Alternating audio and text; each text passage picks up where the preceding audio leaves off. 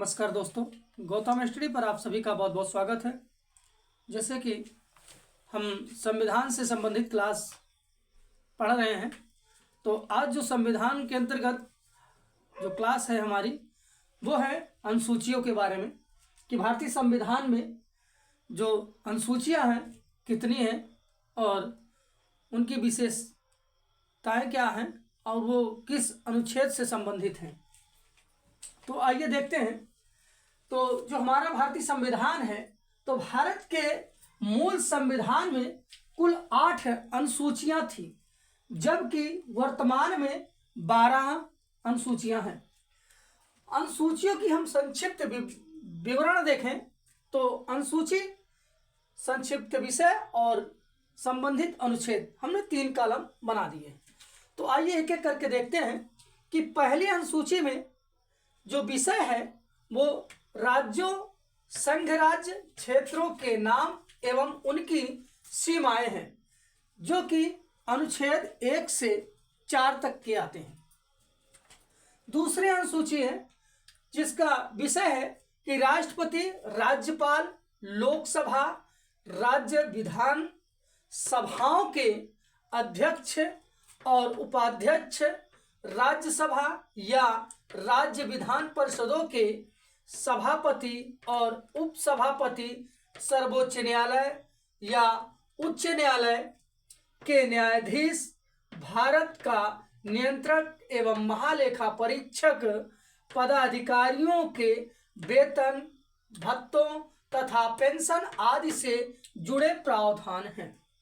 जो कि अनुच्छेद देखें तो अनुच्छेद 59(3), 65(3), 75(6), 97, 125, 148(3), 158(3), 164(5), 186 एवं 221 ये अनुच्छेद शामिल हैं।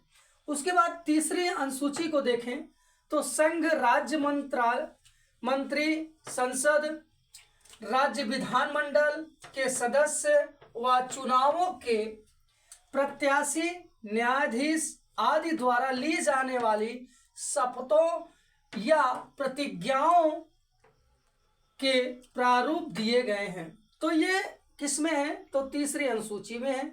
और इसमें जो अनुच्छेद है वो है 75(4), 84, 99, 124(6), 148(2), 164(3), 173, 188 और 219।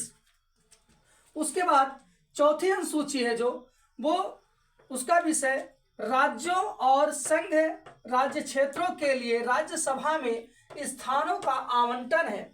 और जो इसके अनुच्छेद हैं वो है 4(1) और 80(2). उसके बाद पांचवी अनुसूची आती है।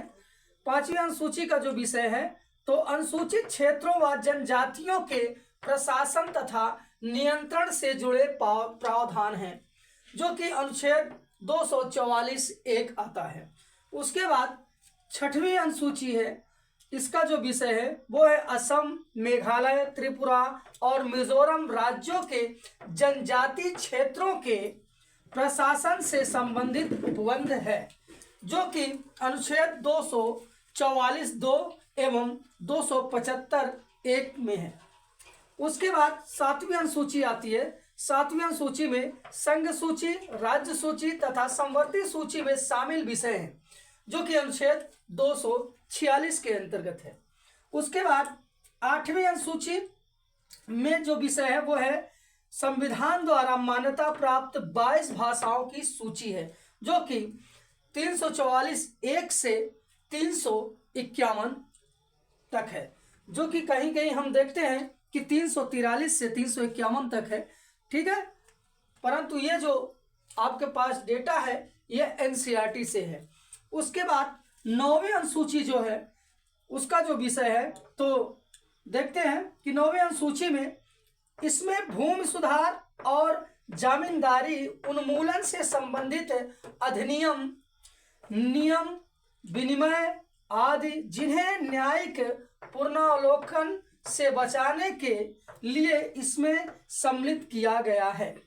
ठीक है, तो और इसमें जो अनुच्छेद है वो है 31 खा। तो ये है जो हमारी 9वीं अनुसूची। उसके बाद 10वीं अनुसूची है। 10वीं अनुसूची का जो विषय है दल बदल के आधार पर संसद और विधानसभा के सदस्यों की निर्भरता से संबंधित उपबंध है और इसमें अनुच्छेद 102 का 2 एवं 191 का 2 है। उसके बाद 11वीं अनुसूची है जो उसका जो विषय है, तो 11वीं अनुसूची का विषय है कि पंचायतों की शक्तियां व उत्तरदायित्व निर्धारित किए गए हैं इसमें, जो कि अनुच्छेद 243 छा आता है। छा मतलब छाता। उसके बाद 12वीं अनुसूची जो है वो नगर पालिकाओं की शक्तियां व उत्तरदायित्व निर्धारित किए गए हैं इसमें, जो कि अनुच्छेद 243 में है। तो ये हमारी अनुसूचियां हो गई। कुछ अनुसूचियों से जुड़े पॉइंट आते हैं जो एग्जामों में अक्सर कि भारतीय संविधान में 9वीं अनुसूची को प्रथम संविधान संशोधन 1951 के माध्यम से जोड़ा गया था। तो ये आप समझ चुके होंगे कि भारतीय संविधान में जो हमारी 9वीं सूची है, क्योंकि मूल संविधान में तो 8 ही अनुसूचियां थी, लेकिन जो 9वीं अनुसूची है वो जो है प्रथम संविधान संशोधन अधिनियम 1951 के माध्यम से जोड़ा गया था। उसके बाद जो 10वीं अनुसूची है, तो 10वीं अनुसूची को 92 संविधान संशोधन अधिनियम 1985 द्वारा संविधान में जोड़ा गया है। तो कौन सा है? तो 52 संविधान संशोधन अधिनियम 1985 द्वारा जोड़ा गया है। फिर उसके बाद आता है कि 91वें अर्थात 91 में संविधान संशोधन अधिनियम 2003 द्वारा इसमें संशोधित किया गया कि